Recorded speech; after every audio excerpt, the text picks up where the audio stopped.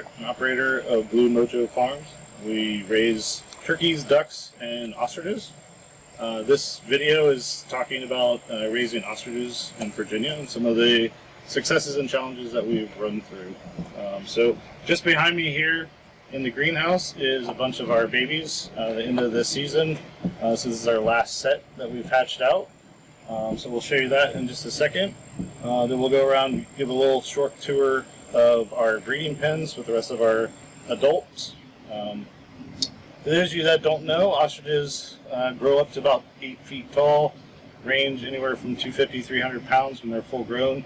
They don't lay eggs until they're 3, so that's a little bit of a startup cost involved. And of course you also need to have 6-foot fencing minimum to keep these creatures inside safely.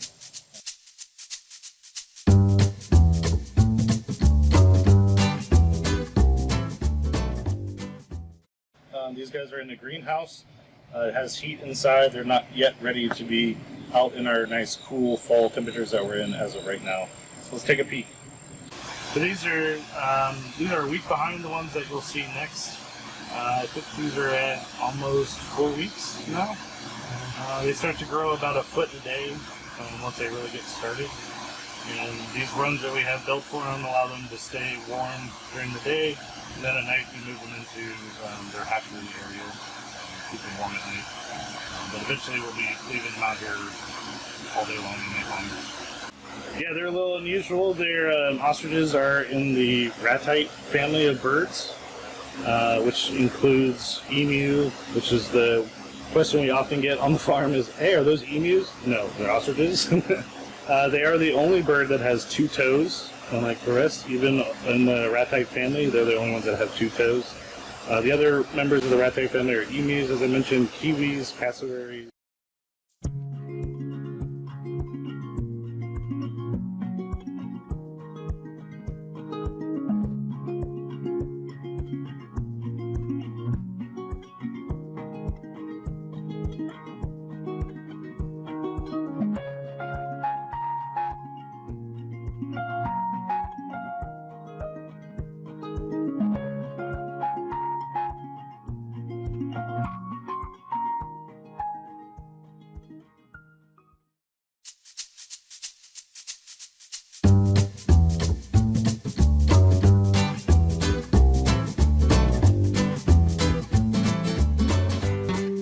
We try to make the paddocks, as close to that as possible. We provide sand pits for them to lay their eggs in.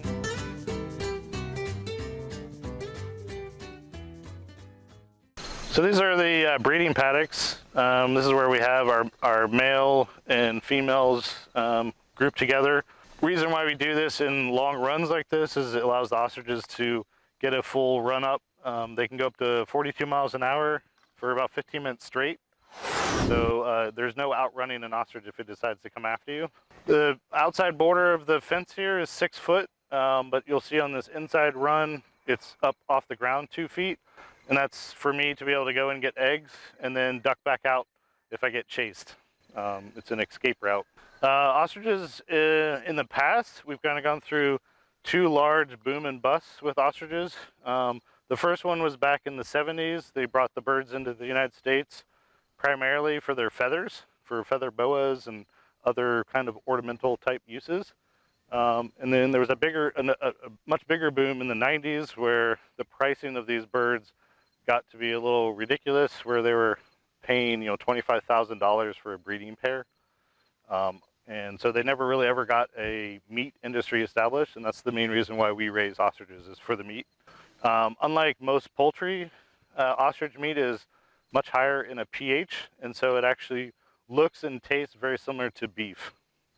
It's dark red, it's very high in iron, extremely low in fat, so it's a very healthy meat.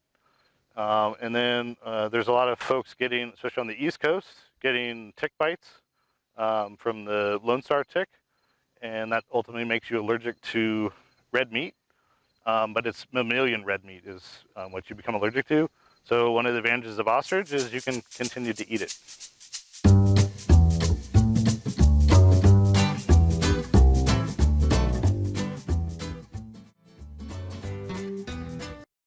most part, the birds are impacted by similar things that any other bird would be impacted by, so they can get worms. They are hindgut fermenters, so they actually are very similar to horses.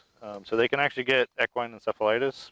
So we vaccinate them for that, and the chicks are susceptible to things like fowl pox and stuff like that. Otherwise, parasite-wise, we haven't really had much of a problem with it. But you'd use your typical ivermectin to deal with most of those. But we test. We'd send fecal samples off to the lab. So far, we've come back with negative results, and we've had these guys for 5 years now.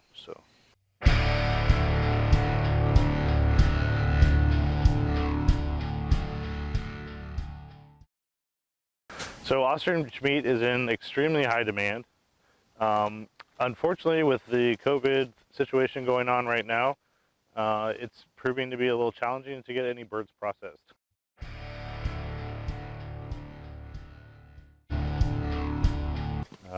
They're all booked up solid. I think the latest we've heard is early 2021 will be the first time we can get in there, and right now we've just gotten into October. So just to give you an idea, we luckily processed a bunch of birds early, but at this point we're almost completely out of meat. So we have no product really to sell. We have birds we can process, but we can't sell anything because we can't get anything processed to actually sell. So that's a real struggle.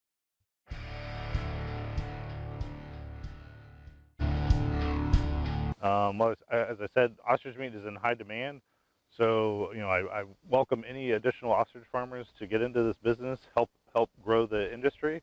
But there are some challenges that you'll run into. We also had plans this year to actually make our first money.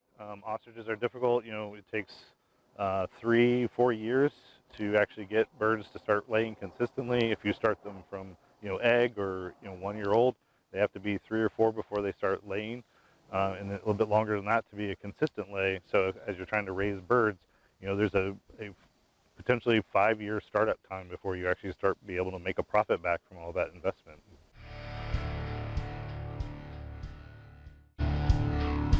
Your fencing, your feeders, protection for the birds, food for those 5 years. So it's a lot of money that's outlaid, and then you try to make some profit on it, selling the meat, and then you can't go and process. So it's really been tough for us.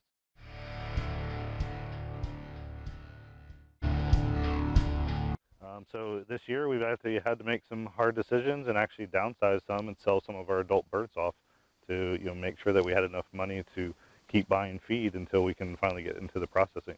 So just something to be aware of, as you get into, if you think about ostriches and you're interested in buying meat from us. We don't have anything as of right now.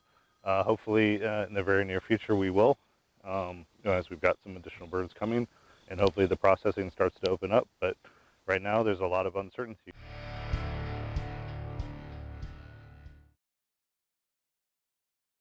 So our original goal was to sell to restaurants, sell the more expensive cuts of meat to restaurants for them to turn around and resell to their customers, and then partner with some folks such as people that make sausages or other things to sell our ground meat too, because you get a lot of ground meat from the ostrich. Our intention was not to sell to the end consumer, but to go through those intermediates. One, it allows us to have consistent buying. So we can know, hey, if I'm going to produce 20 birds this year, I'm going to be able to sell all 20 birds worth of meat, by partnering with restaurants and other entities like that. If you're just trying to do retail, you have to go sit at farmers markets, and I have a full-time job beyond this, so it's difficult for me to be at a farmers market during the weekend. In the weekend, I'm usually tending the farm and taking care of the duties around here. So that was our intention. As we move forward, is not to do retail. We've done it in order to sell off the meat that we did have, but our intention is restaurants and some of the higher end ways of selling meat to get the higher price point. We're not a large scale farm by any stretch. Every dollar counts, every free time hour counts. We pay an individual to help us on the farm during the times where I'm on a work call or something. But yeah, the rest of the time it's outside working as much as you can.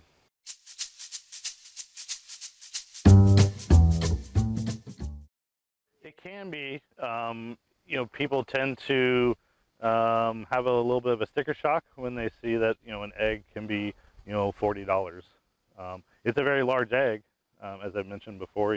It's quite a few chicken eggs, so that also throws people off. So it's kind of a novelty, and you'll have a person buy one, but they may not buy more than that, right? And so that's where that challenge is if I wanted to just sell a bunch of eggs, how much time does it take to spend going after that buyer, right?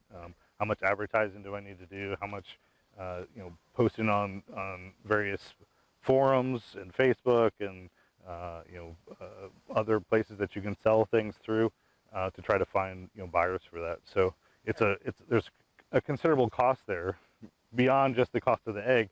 There's the time cost of trying to get additional people to buy that particular product.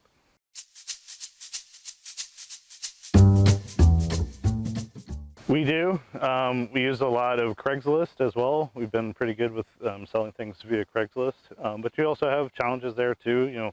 People won't show up when they say they will, or they say, yeah, I'll buy it, and then they don't, or they don't, things along those lines. So there's challenges as you interface with the general public. And that's why, our goal was originally to sell direct to a restaurant or something along those lines, so that we know, we have a certain amount of sales stacked up that we know are going to go through. We're not having to constantly go, oh, well, the person didn't buy this, so let me have to go try to find a new person to fill that gap. I had ostrich meatballs for lunch today. I had ostrich steak for dinner last night.